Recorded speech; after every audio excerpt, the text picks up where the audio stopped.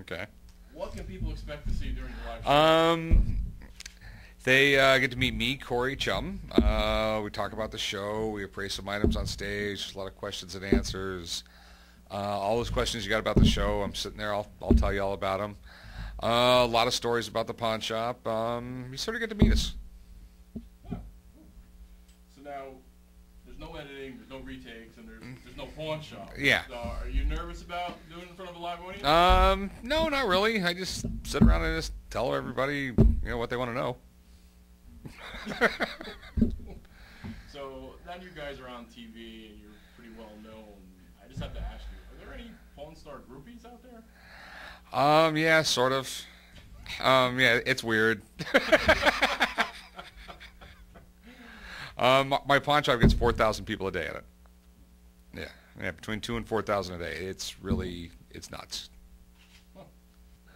So now I understand the whole pawn process, but now, how does it work for like your employee? Like you just pay them like a straight hour rate, or is there any commission? Like if somebody sells something? When they sell stuff in the store, I pay them a commission, but yeah, not when they buy something.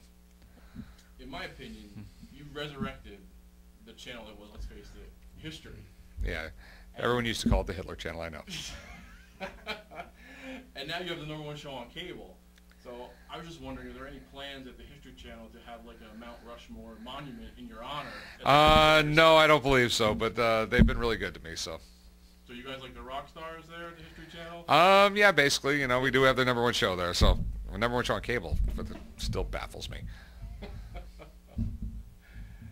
So now there are a few copycat shows out there. There's like 25 copycat shows now, yeah. Have you watched any of them? Or? I really don't watch television in general. I won't watch any television. I literally haven't watched television past like 6 o'clock, like past 9 o'clock in the morning besides sports in a year or two. So, I've tried to watch a little bit of them, and all I know is, I don't know, I like my show better. Okay. Yeah, I was going to say, because I tried watching a few of them, and I really didn't care for them, but what do you think makes your guys' shows like so appealing? Well, it's a lot of things, because every week it's a different show. It's not like, American Choppers or something like that. It's something different every week. It's not, not a motorcycle every week. It's not a car every week. It's one week it's a motorcycle, one week it's a car, one week it's an 1840 Ormolu death clock. The next week it's a shotgun. Next week it's a Gatling gun. It changes every week. And I think that's the reason I like it. And there's the whole family dynamic. I mean, some people absolutely love my dad. Some people love Chumlee. Some people like my son. So I think it's just so different every week. It's got a little bit of everything in it. So now you're kind of in the middle. So you work with your father and your son. Yeah. So who is it more difficult to work with? Oh, that's a toss-up.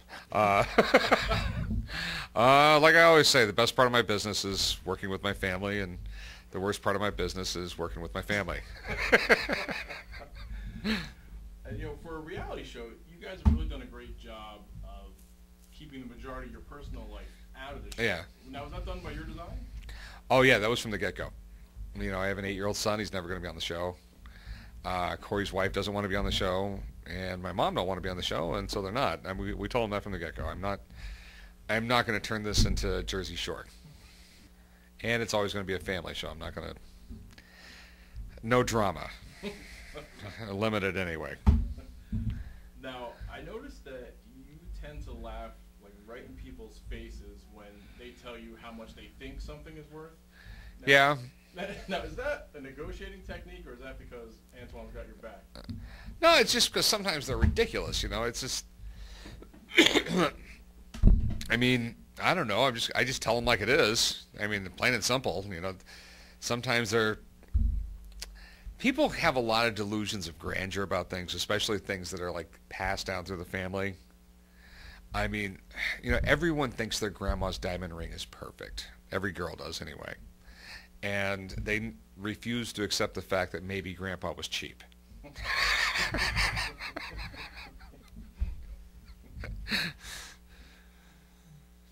So now, I heard you refer to yourself as a bookworm. Mm-hmm. So now I know in June you actually have a book coming out that you wrote, No License to Pawn. Yeah. So how is that for you becoming an author It's a little different. It took up a lot of time. But I don't know. I think people like it. Everyone who's read it so far likes it. You know, I have a little bit about I have a little bit of everything in it. About how the pawn shop started. I got some lessons there on negotiating. So a lot of people think I do that pretty well. Great secret. Yeah, I mean it's really. I mean, to negotiate with people, it's pretty simple. Now the show obviously had to help your business, but now do you find it different? Like, do people like you sound like an expert now? Like people do, like a lot of people come with you like all the time and just throw stuff at you. Yeah. Yeah. I mean, for everybody out there in television land or internet land, whatever, the joke about walking up and asking me how much can I give them for their watch, it's been played. And have you found that customers are coming to your store now? Are they seem to go a little bit over the top now, like they want to be on TV?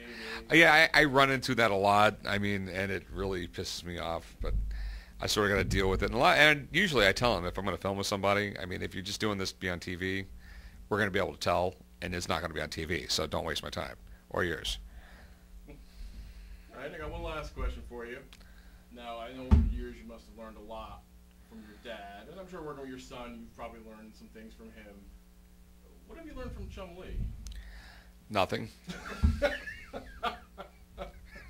Literally. I love the kid. I've been helping him out since he was been like 15, 16 years old, and I don't know. I love him. I'll help him out for the rest of his life. I'm sure I will. All right. Well, great. Okay. I appreciate your time, man. Thanks for having me.